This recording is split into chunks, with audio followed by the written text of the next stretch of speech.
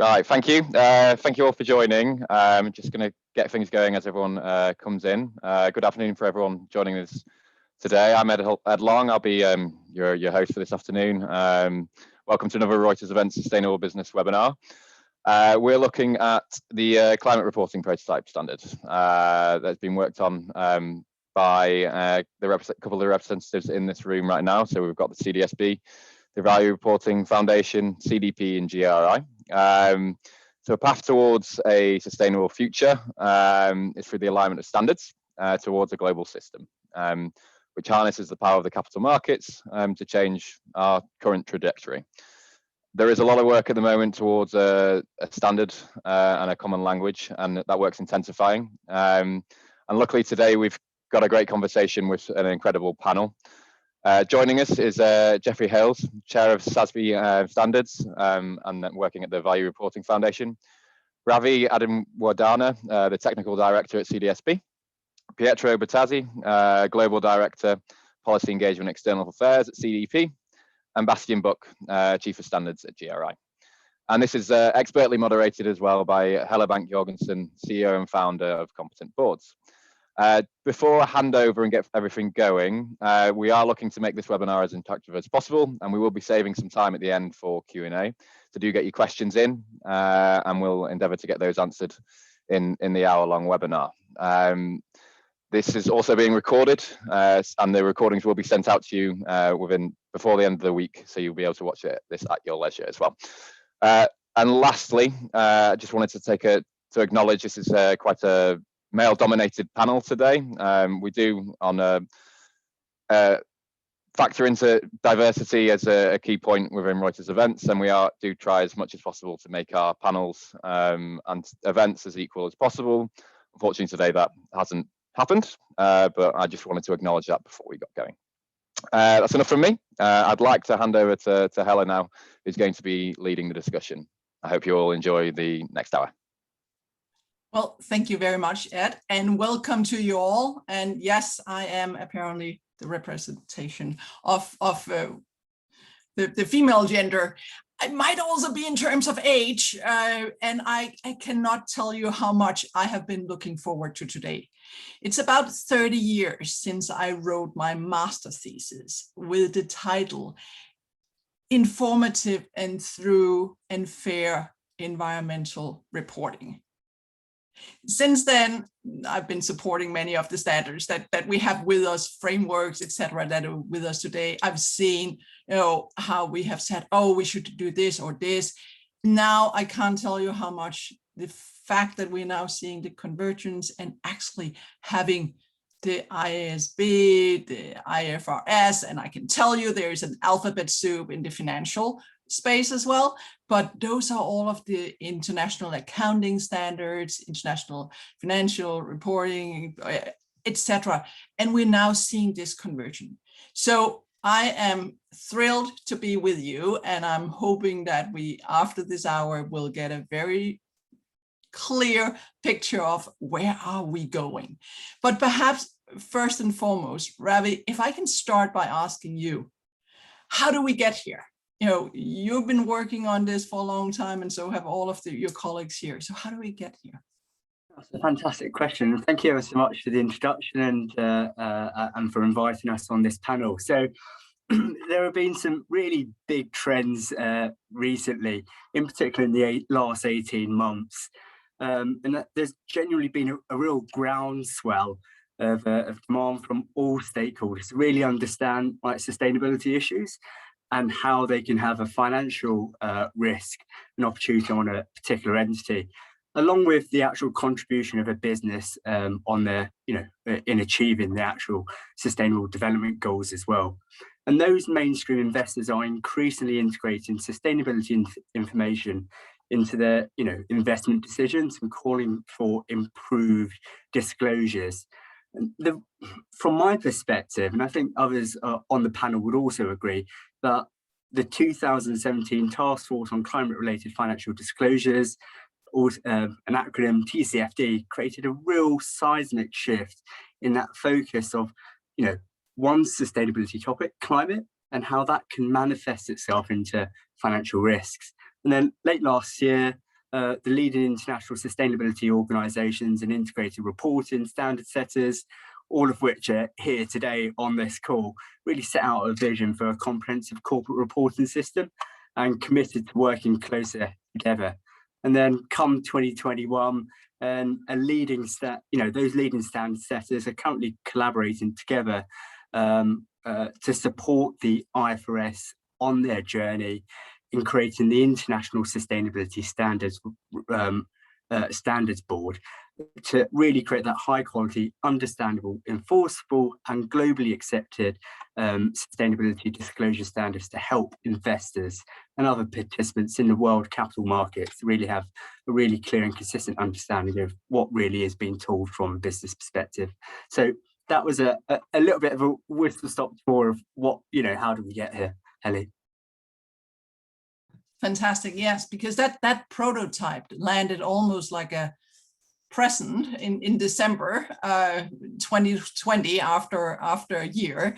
But Jeff, perhaps if you can pick up and tell us a little bit more about it and your true example, SASB and IRC, that now Value Reporting Foundation.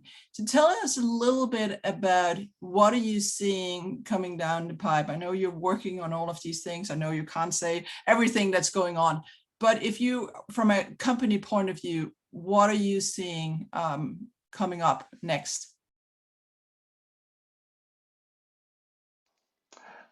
Thanks, Helle. Yeah, so there's I think there's a lot that companies should be aware of in terms of what to expect. But maybe at the highest level, I think the way I would think about it is that they can expect increasing clarity from investors on what specific information they want.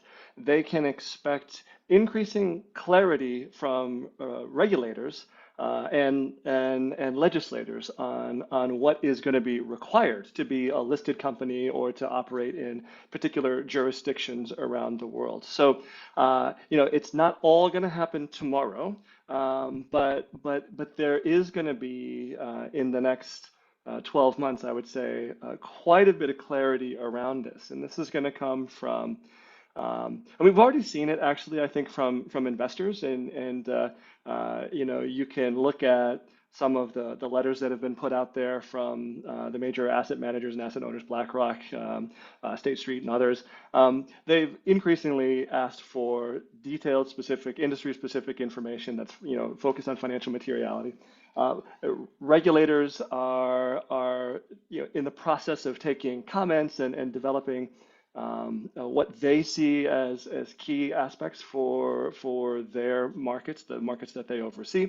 And so if you look at those comment letters that have been coming in, there's a lot of clarity there again from the investor community on what they're looking for.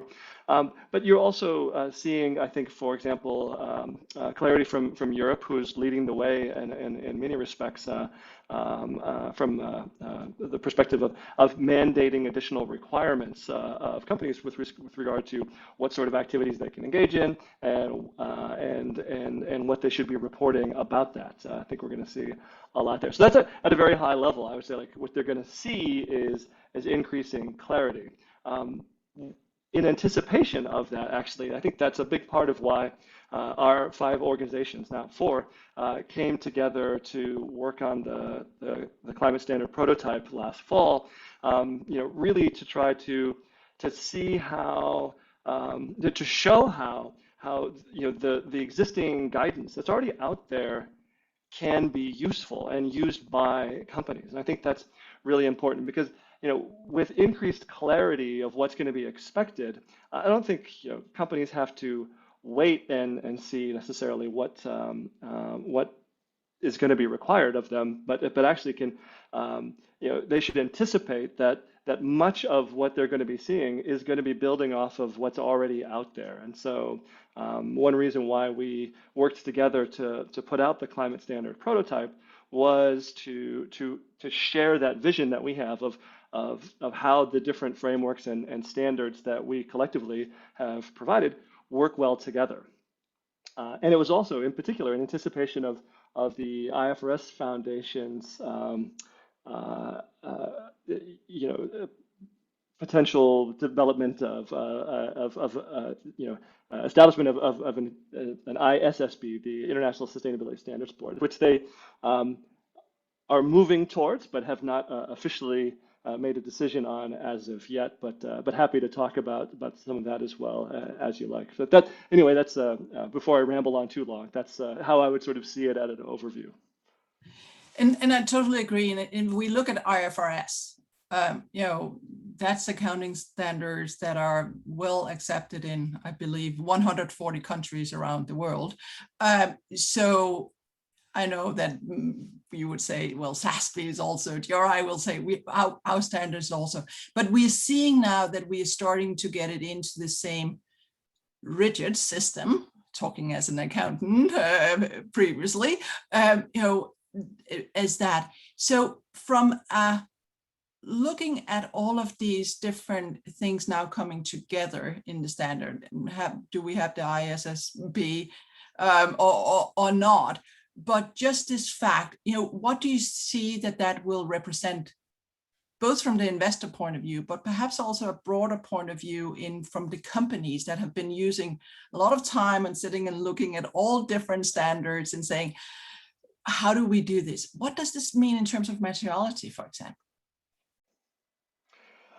Yeah, so I think one of the things that the IFRS Foundation was thinking about was whether they should play a role, and if they were to play a role, what they should be focused on. And so the consultation that they initially did back in the fall, that ended in December of 2020, asked some questions, including what they thought was what stakeholders thought was the appropriate focus on, and so they got a lot of feedback. They almost 600 comment letters, I think, came in from a wide variety of respondents, and so they issued in March, I think, a response to that, and summarized that feedback and said that based on that and support from IOSCO, which oversees, there's a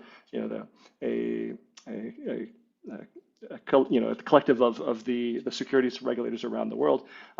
They heard clearly that what in particular the role that the IFRS Foundation could play is in thinking about an investor focus for enterprise value, because that's very much aligned with their existing mission for financial accounting standards, and that they shouldn't focus on a narrow aspect of sustainability, but think broadly around sustainability topics, and prioritizing climate as one of the most pressing issues. And then they also heard that this should build on existing frameworks. There was a lot of support among the respondents to say only get involved in this if you can actually take the existing momentum and further it, rather than be another offshoot, just one more, another acronym to be added to the alphabet soup. And then recognizing that the focus on enterprise value and investor focus in particular isn't the only thing that's going to be needed with respect to what companies are going to be asked to disclose, that it was going to be very important to think about a building blocks approach where different regions around the world would be able to work in a complementary fashion to say, well, this is what investors want, and that's going to be a powerful lever for thinking about accountability with respect to what companies are doing. But that's not the only thing that civil society needs to think about, and so governments are going to, and markets around the world are going to layer on their additional requirements that meet the needs of their jurisdictions. And so when you think about your question about materiality, I think what companies can expect is that there will be demands to provide information that is going to potentially affect the decisions of investors, but not only investors. And from the IFRS Foundation, that'll be the focus, but that they should not expect that to be the only focus. And the proposed Corporate Sustainability Reporting Directive that the EU Commission is working through right now is an example of how it would not be focused only on what would be material from an investor's perspective. So it's going to be quite expansive, potentially depending on where you're operating around the world. And I'm quite sure, Bastian, you're going to talk a little bit more about that, but perhaps just before we go to that. So TCFD, we have New Zealand, I believe the UK as well, saying, well, now you have to report on TCFD, and many companies out there now starting to say, okay, let's look at this, let's look at the scenarios. I know that's for the climate, and I know that the IFRS is thinking about having this as building blocks. But if you're out there now and you've done your TCFD, are you home free, or would there be things you say, hey, start looking at this as well? I would say that TCFD has had a tremendous amount of support and has been a real catalyst for organizing momentum around increased disclosure with respect to climate-related financial risks, and that's really been very helpful. But because it's a pretty high-level framework, it doesn't necessarily produce comparable information that investors need. And so I think one thing companies should be thinking about is that they need to think of ways to deliver on the performance toward targets and objectives and the way that they manage those risks. And so we SASB, of course, is taking an industry-specific lens to that. And a lot of what we heard back from investors when responding to the IFRS Foundation, for example, is that they thought that TCFD and SASB were one of the best combinations for meeting the investor needs, that particularly with respect to climate risk. So I would say, if you've started to do TCFD, great. The work at CDSB would suggest that a lot of the work that's been done on TCFD is actually not yet at the level we would hope it would be. So there's probably more to be expected. And I think trying to make sure that they're representing their industry-specific aspects to climate-related financial risks, I think is going to be really important as well. Super. And Ravi, do you want to add on to that? Yeah, definitely. There's some really important points which have been raised by Jeff here. And I think following CDSB's research of the top 50 European market capitalized companies, it's evident that even though there is recommendations out there from a TCFD perspective, only 2/3, there's still a significant discrepancy between good disclosure and what the recommendations are really asking for. So, and also that comparability as well. There is a big question about comparability, which Jeff had alluded to, and this should hopefully be addressed with the establishment of the ISSB. So we still have a little way to go, but please, if you're doing your TCFD, don't stop right now. And Bastian, I'm quite sure you're saying you're doing your GRI as well. Bastian, Jeff was saying in terms of EU and other places that are moving, how does GRI fit into this, and what are you seeing as the next step from a global reporting initiative point of view? Well, thanks for the invitation to the panel. And the first thing I would say is GRI is welcoming very much that financial reporting and the IFRS as the global standard setter for that is waking up to the need to introduce sustainability related financial risk into what they provide as standards, right? That has been long overdue, is very much needed. And the work of the colleagues, I think of the work of the institutions behind the prototype collectively, but also the TCFD, of course, have paved the way for that. So all the people in the audience that have adopted one of the frameworks, they're directionally already on board, but can expect that if the IFRS is moving ahead, as we all suspect, that there will be, to Jeff's point, more rigor introduced to this practice, and there will be more specificity, which is absolutely needed. Ravi pointed out that the TCFD alone, despite its also regulatory support across very many countries, has not accomplished that. And I think that's the bigger point about voluntary compared to mandated type of disclosure. There's only so much you can do in a voluntary setting. For GRI's perspective on climate-related reporting overall, without taking away from the success also of getting financial reporting to acknowledge this, we continue to believe that climate is a prime example for an issue that is primarily concerned with externalities. If you care about addressing the climate issue to start with, we have to also in corporate disclosure have a level of transparency that is fully acknowledging the externalities of corporate activities. And by definition, a focus only on financial risk will fall short of that, right? So GRI is arguing not against all the ambitions to have financial risk disclosure adequately represented in financial reporting going forward. That's absolutely needed, but we believe there is more to it, and more definition will have to be introduced around this. And I think that's a connection that Jeff already made to the ambitions, for example, of the EU, where clearly with the double materiality concept, it is acknowledged that impacts reporting in its own right is needed alongside financial reporting.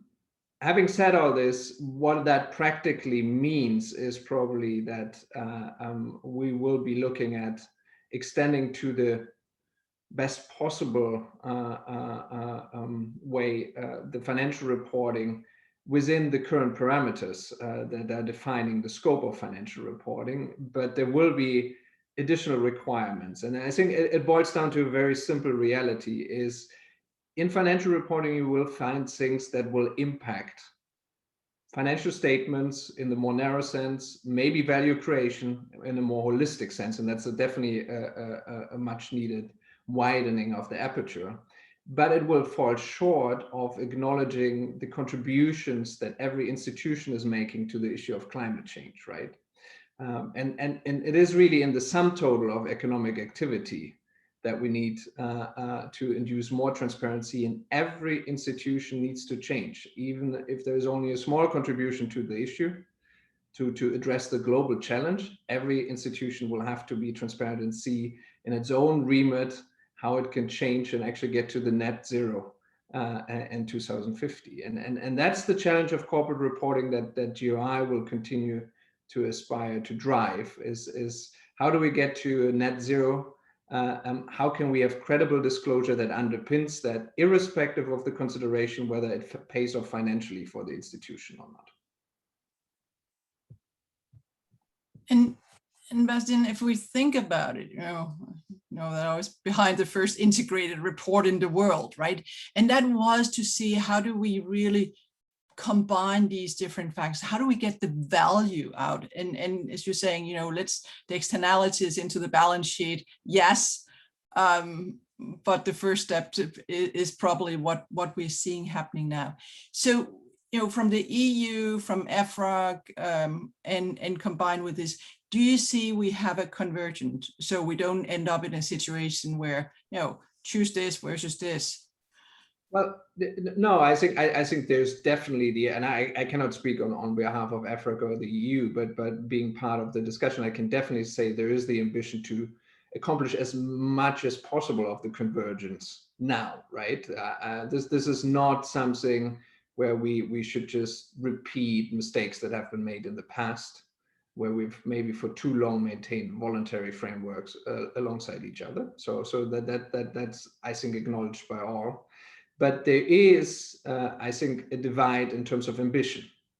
A focus exclusively on investors and a more traditional understanding of investor needs and also financial materiality is insufficient for the EU to accomplish the Green Deal and accomplish the ambitions there. and therefore by definition they will have to go beyond what is currently in what we have framed up as the prototype, or for that matter in what is in scope for the IFRS. Having said that, there is, to Jeff's point, the IFRS has not settled on anything yet in terms of scope. They have not publicly proclaimed anything yet. Likewise, the EU has started work, but this is ongoing. There is still the potential to get together. And for climate, actually, just on a technical level, the nuance that you would have to introduce to have complete sets of information, both from an impact materiality and a financial materiality perspective, is probably not that big. So it is probably also a perfect example where we could actually leapfrog and be all-encompassing in disclosure now, rather than going down the road of IFRS being narrowly focused, the EU being more ambitious, and then meeting again in 3 to 5 years to acknowledge that to get closer to Paris and the net zero ambition, we would have to change corporate reporting once again, right? But I'm not only hopeful, I'm convinced that for the EU, but beyond that, for also large companies operating in the EU, fully fledged climate reporting will be mandatory in the near future, and it will be more extensive than what we see in the prototype. Thanks. And we talked a little bit before about materiality, and the world have also moved from when years back when I worked with Ernst in terms of GRI, etc. So, and we have seen investors also move. So the traditional way that, well, this is what investors want, and then we had a few impact investors or social responsible investors to today. So that's a very different world where you have investors saying, we need this information to make also financial. So do you see this in terms of, you're talking about double, and then we have materiality, and then we have dynamic materiality. Is there anything there you say, well, yes, great, but let's just move ahead and make sure that we have the right material issues in reporting? Well, I think we have to be very careful when we use the reference of investor needs, right? The investor needs are not monolithic. I think, to your point, they have changed, at least for parts of the investors, right? There are many and many more than ever before investors that really buy the market. They're invested across large portfolios of all listed companies. They are fully exposed to the systemic risk that climate is causing. And I think you see a convergence, generally speaking, between financial considerations and what was probably traditionally promoted more by the likes of GRI, an impact materiality. We're coming closer to that. There is a risk right now, and we've been very vocal about that, to define investor needs too narrowly, and then basically ending up with something that is much better than what we have in terms of financial reporting. Don't get me wrong, there's a step in the right direction, but not sufficient to actually even address just the investor needs, not to speak of a civil society or anybody else, because this exposure to systemic risk is real, and individual disclosure of companies that is only focused on the financial risk to the individual company is not sufficient to surface this systemic risk. Thanks. Pietro, CDP have been reporting to those financial institutions, asset managers, for many years in terms of carbon disclosure project, formerly known as CDP now. Tell us a little bit about how do you see that fit into this whole thing? We're talking scope 1, scope 2, scope 3. Where's the link? Yeah, thank you very much, Helle, and thank you for the invite to contribute to this very important discussion. first of all, at CDP, we work very closely with the investment community, with the capital markets. We have 515 investors with over 106 trillion US dollars in assets that we cater for their needs when it comes to a corporate disclosure. And what we've been experiencing has been an increased request of more information related to climate. Our vision of the global disclosure ecosystem is one that accounts for both financial and sustainability information together, related to both the value creation and the impact on people and planet. And we indeed see that more and more investors are not only asking information which is relative to the bottom line, but it's more and more related to the long-term plans, transition plans, science-based targets. So in a way, and this is where the concept of dynamic materiality comes in, the interest of the capital markets actually shifts over time. But it's not only about the capital markets only, and this is something that we are super strong and convinced about as CDP. It's important that capital markets function well. The TCFD was created within the G20 and the Financial Stability Board to ensure sustainability of the financial markets, which is super important because the issues of climate, the environmental crisis are having an impact on the financial stability.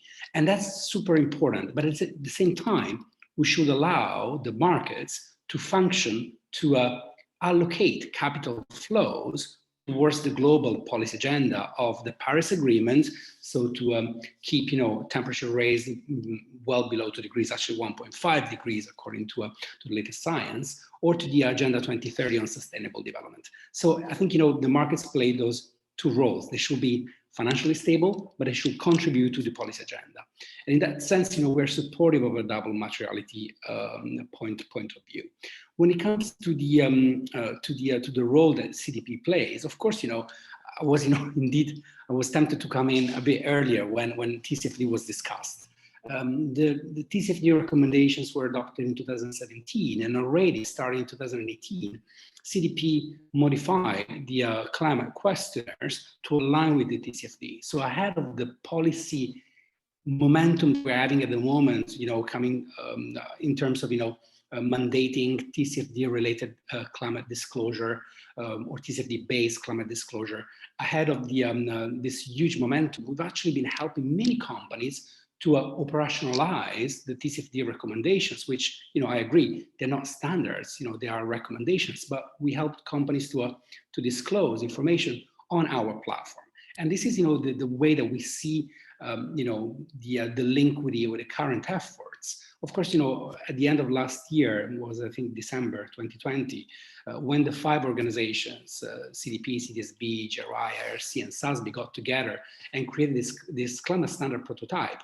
Actually, we based that climate standard prototype on the TCFD. So I think, there is a continuum, and we are offering, that for consideration of the IFRS. So I think that, in the past, Helle, you mentioned 30 years you've been looking at this space. I've been looking at this space for less than that, but for almost 2 decades as well. And I think, all elements, all the stepping stones that we had in the years were actually gaining huge momentum in the last 18 months, as Ravi was, I think, mentioning earlier on. But it's, it's a continuum. It's actually not something which is scattered, but it's one building to the other.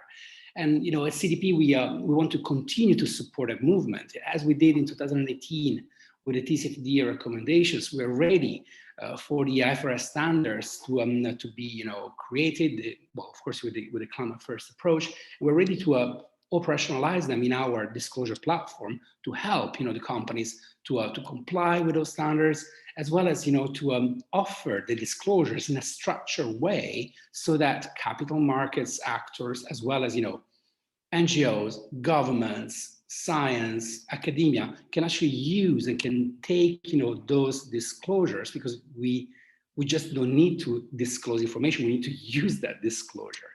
Of course, the other element that, we're particularly proud of at CDP is this element of leading action. Our questions do exert a normative power over corporate behavior. So when we ask the question, which is, because our questions are informed by the standards of the organizations that we have here on the panel, when we ask this question, when we score the companies against, the disclosures done on that specific question, actually we create norms. We make sure that companies take action. And the last contribution that we would like to that we offer to the system of standards is actually our nimble approach. We're not a standard setting organization, a CDP. We have a nimble approach. We can easily change our questionnaires depending on the policy needs, on the market needs, and create those norms that then can be passed on to standard setting organizations to create standards. Therefore, we can still, play our role of innovation catalyst.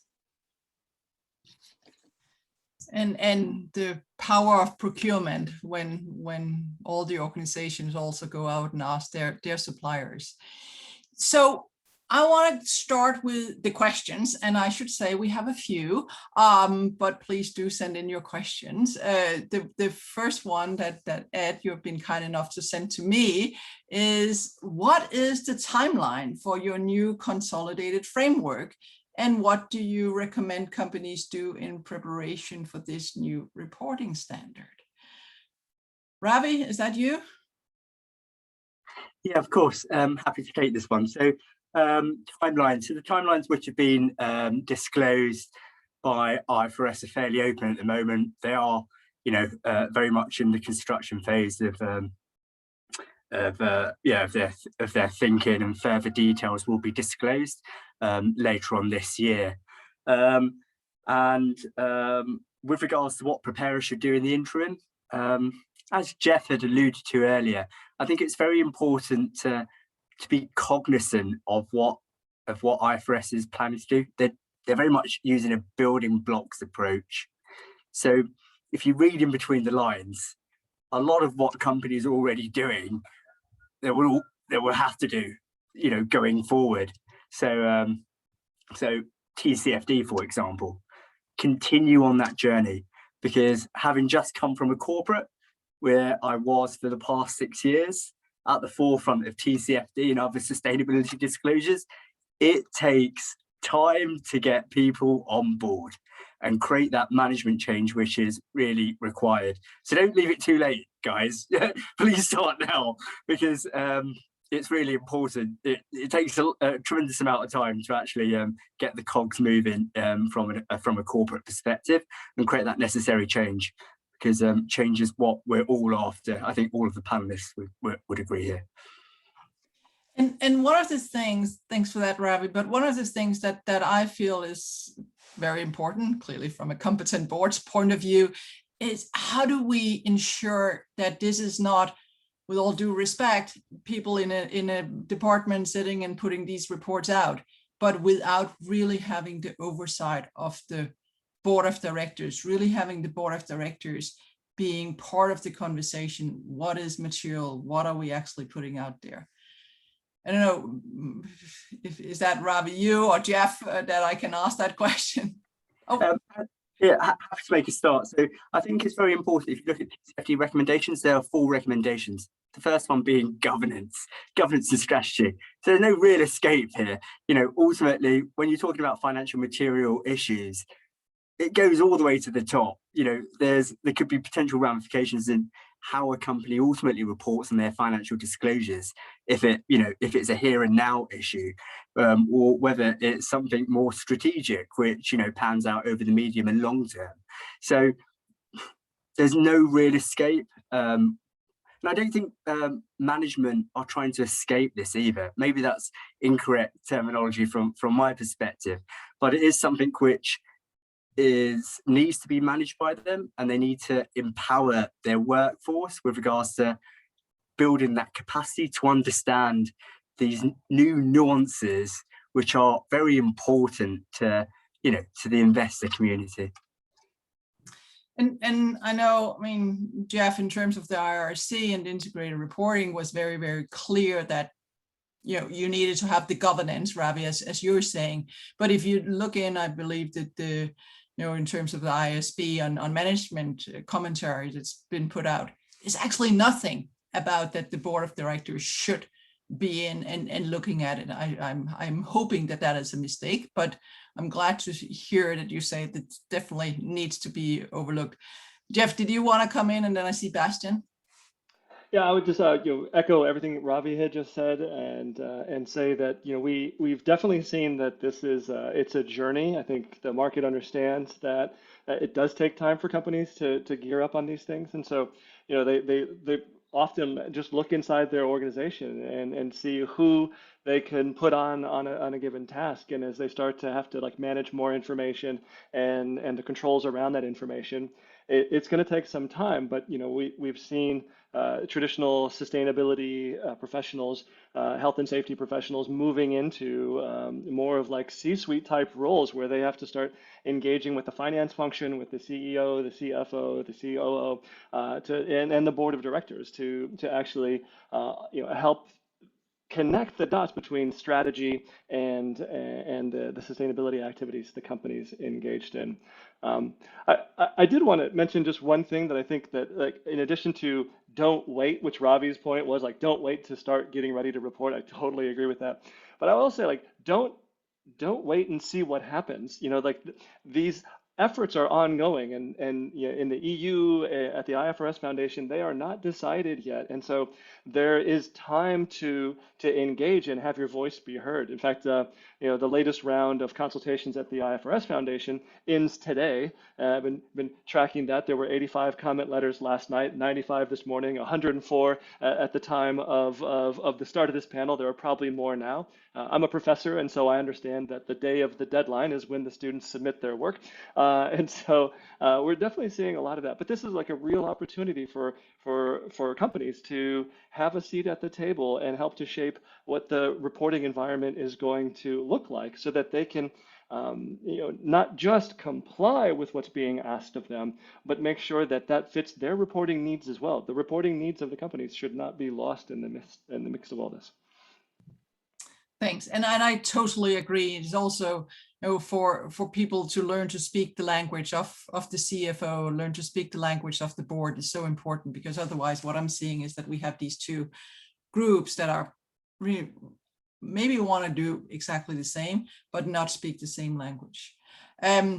Bastian, you took your hand way again, but do you want to jump in? I wanted to come in on this, and I'm maybe picking up on your last point, speaking the language, right?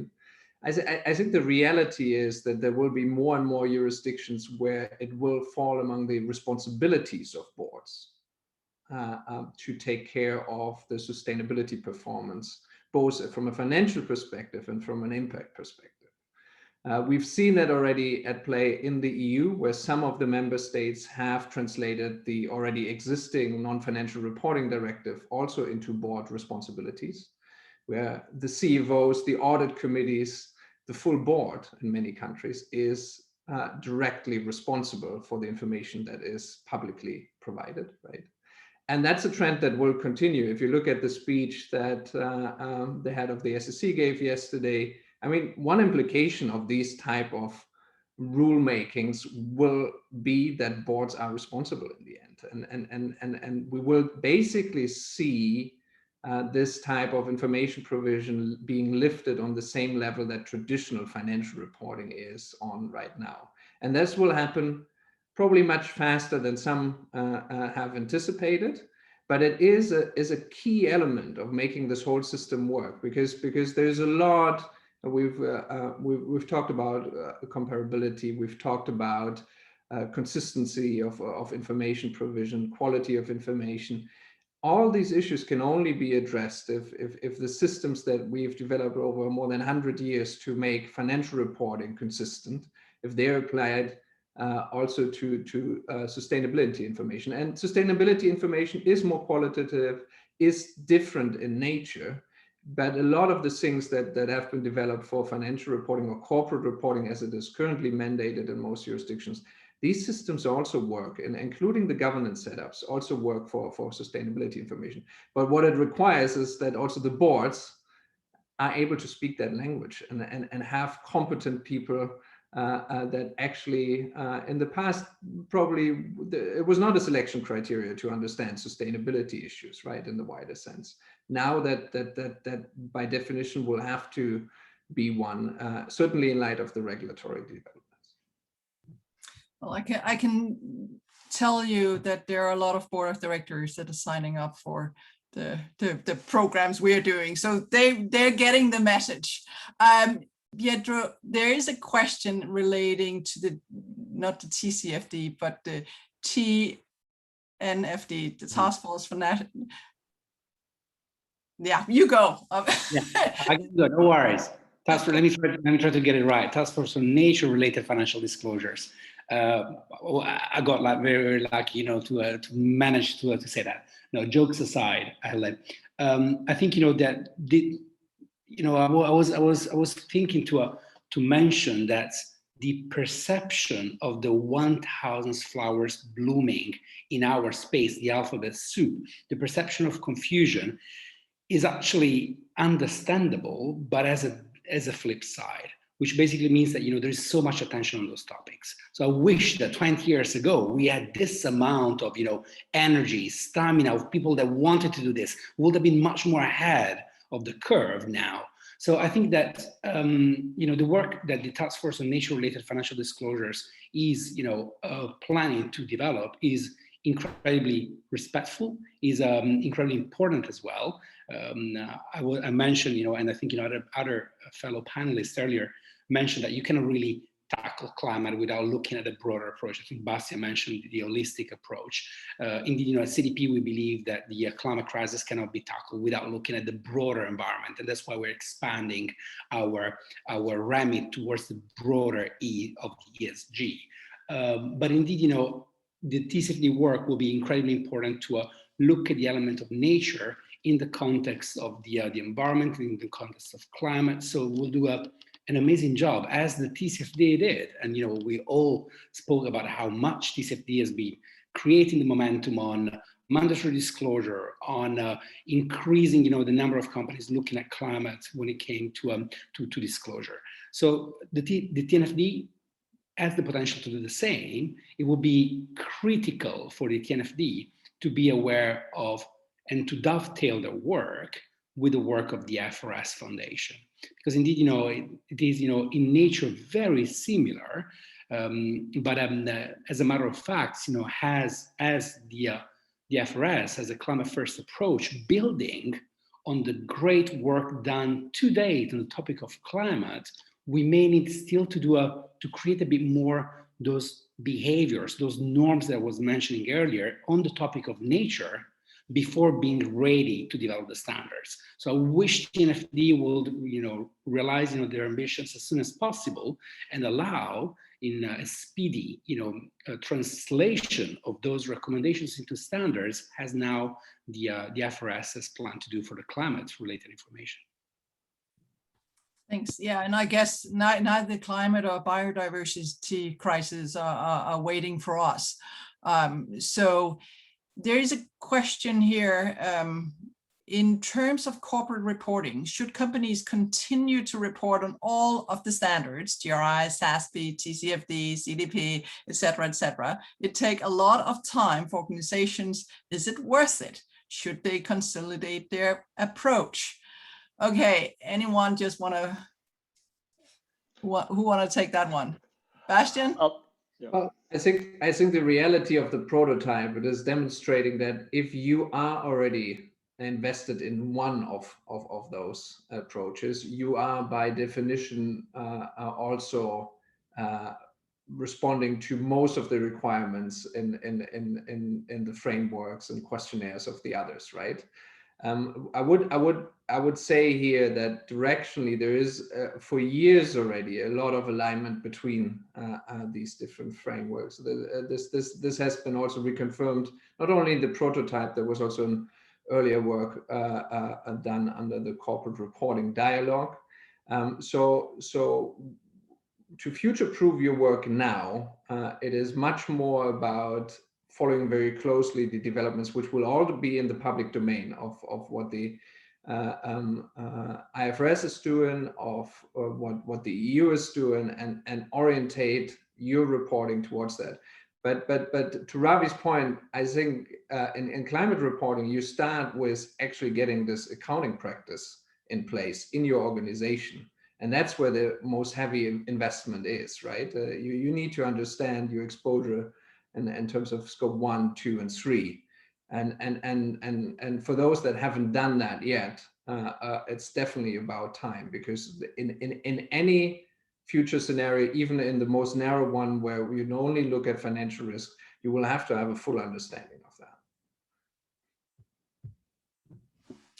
Jeff, were you trying to get in before? Yeah, I was I agree with what Bastian said, and I would maybe come at this from a slightly different perspective, but I think in a way that's aligned. I would say, like, companies shouldn't just start reporting against any of these frameworks necessarily, or just suddenly stop reporting against any of them necessarily. I think it starts with, like, think about your business strategy. What are you doing? And then think about what your reporting needs are, and then use the existing, use the existing tools that are out there to meet your reporting needs. And then, you can also look and say, like, is that sufficient for my reporting requirements according to wherever I'm operating? Where am I listed? Where am I doing business? And that should layer on top of that. So, to the extent that you're doing that now, if regulations change, hopefully your reporting needs around your strategy are already going to be meeting a lot of the requirements that regardless of what happens in the future with regulation. So manage the strategy and your reporting needs now, and worry about regulations for sure as they come along. Use them as an indication of whether there are reporting needs that you haven't identified yet. But that's how I would think about it. Don't just do this from a compliance mentality or just to check a box. I totally agree. Ravi, before I call on you, I'm going to add a little thing to the question. I see there's one here. I'm just getting started, and our CEO wants a budget to do climate disclosure right. How much to just get started in year 1 of GRI, SASB, CDP, TCFD? Ravi, you have spent 6 years. How much does it take? And is it only and I've lost a fair bit of hair during that period too. So my suggestion is, like, very much building upon, like, the excellent comments from Bastian and Jeff just a moment ago, is really talk about this internally. Figure out what is important for you, from a strategic perspective, because it is a bit of an alphabet soup, and I can understand the pressure which an individual would get from management. Look, I've got all of these reporting standards, like, please, like, figure out which one is material for us. And it goes back to what Jeff had mentioned. What is strategically important from you? Financially, from a sustainability perspective, from a risk perspective. Figure out which one of those standards is complementary to that. Maybe a bit of a hodgepodge, in fact. And as I did in my corporate days, take a bit of everything, because it's ultimately up to the entity to control that message. It's their story at the end of the day, and they have a real good grasp of their business, and they can pick and choose what they need to actually push out. There may be requests from external stakeholders to report on particular standards. It could be SASB, could be GRI, could be CDP, in which case the company has to do that. But in certain situations where there isn't that pressure, take your time to do this properly and learn from the process. Make those necessary internal change management things which are required to navigate the company in a new direction if it's required. So you're saying, give me the budget I need, because otherwise someone will come after you, or what's the... Oh my gosh, budgets. With regards to that one, it's always good to have a team, but sometimes budgets can be quite tight. So I'll leave that to that individual to really figure out. Anyone else want to give a budget number? I don't know if I would give a budget number, because it depends so much on the size of the organization, but I would suggest starting with a gap analysis, right? Like, you have to put some human resources to figuring out what would be required under different frameworks, but then look at what you're already managing. And this goes back to the questions, the comments we've made about strategy. Like, what are you doing right now? What are you already tracking? You know, it may not be that difficult, especially in the early years, to get some comfort around reporting on things you're already managing. So, you know, to the extent that you start with that, I think that may help to keep the cost you know, more reasonable, rather than just starting to like report out on things you haven't been tracking at all. That's going to, of course, take a little more time and money to get comfortable around. But one of the things I think is very important here is that the rigid system that we have around financial reporting, that we start really building this up, because I assume that we will want to see that accountants are actually going in and going back to my 30-year-old thesis, say that it gives a true and fair view. And in order to do that, we need to know what is it, what are we measuring, how are we measuring it, and how do we really ensure that we have the rigid system around it. And I guess the accounting profession needs to also step up on that, and I know they're working on that. Bastian? Yeah, just on this last point, I think that this connects to the governance related aspects of it. If this is introduced in the wider set of IFRS standards, right, or for that matter, if the EU standards under the Corporate Sustainability Reporting Directive become reality, that implicates that the quality of the information needs to be safeguarded and also be attested by third parties. And so if this is a big ask in terms of more disclosure for very many companies that have not done this type of disclosure so far, it's an equally big ask, if not bigger ask, for the industry around assurance. They will have thousands of additional customers, but also a lot more responsibility that they really have to live up to now. I know we almost up on the hour, and I just saw one from Jonathan here saying, I'm hearing a lot about the existing frameworks, but nothing about the climate reporting prototype, I'm afraid. Can we have an explanation of that, and which existing frameworks will become redundant as a result? Anyone want to take that one in 2 minutes? Yeah, happy to. I guess further information will be provided by IFRS in due course. I think they're very cognizant of the need to provide clarity and the like with regards to their direction of travel from a climate standard perspective. So that would be my response. All right, any last thoughts? Jeff, what's your number one thing? Don't wait to think about these issues. So definitely, I mean, while we're waiting to see what the IFRS Foundation puts out, you can look to the existing climate standard prototype that the Group of Five put together. It's certainly a starting point that we hope the IFRS Foundation will build off of. So there's already hopefully some insight into what would be included in there, and it builds very closely off of things like the TCFD. So in terms of what companies should be thinking about, just be ready to tell your story and have a voice in this process, so that you can make sure your reporting needs are being met, and don't wait, because you may miss the boat on that one. Pietro? Yeah, no, I frankly, think that as a matter of facts, the climate standard prototype will be reflecting the TCFD recommendations, transforming those into standards. So I expect that that will be the biggest shift, so to say. Going back to the other question related to which framework to follow. I'm very much with Jeff. It's a matter of understanding what are the most important topics and the most important aspects of sustainability for a company. So I think it's not a matter of just deciding, but what we try to do as CDP is offer a so-called downstream solution for data users.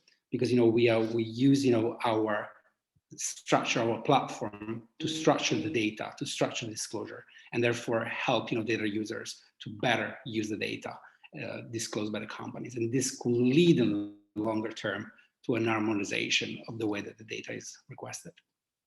Thanks. I know we're over the hour, so just a word, Bastian. Well, maybe to add to the first two contributions, I think it is key when you do work in the space that you understand your impacts and your contribution to the issue and your exposure to the issue first.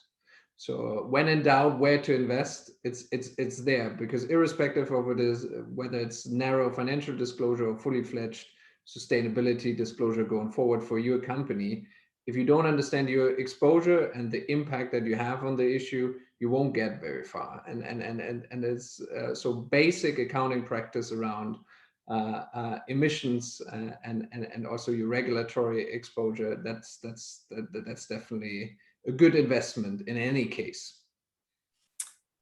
Ravi, you will just say, I agree with everything, correct? Be bold, start now, just get on with it, and or not get on with it, just start, because there's so many important learnings to be had, and all of the all of what's been said I agree with. So yeah. Ed, I better leave it to you. Thank you. Thanks to all the panelists. Thanks for everyone listening. I hope you found that incredibly informative. Yeah, I hope it was a useful hour. I'll be sending out the recordings with the next 24 hours, so you can listen back if you missed anything. And again, thank you to Helle and all of our panelists today for imparting their wisdom. This webinar has been made in conjunction with an event we're running later on this year called the Sustainable Finance and Reporting Europe event, where representatives of all the panel will be at the event itself with IFRS and the European Commission, the SEC, and a host of corporates and investors as well. So if you'd like more information on that, you can email me directly at ed.long@thomsonreuters.com, or go to the event link of reutersevents.com/events/reporting. Just checking my own link. And lastly, thanks again, and see you all next time.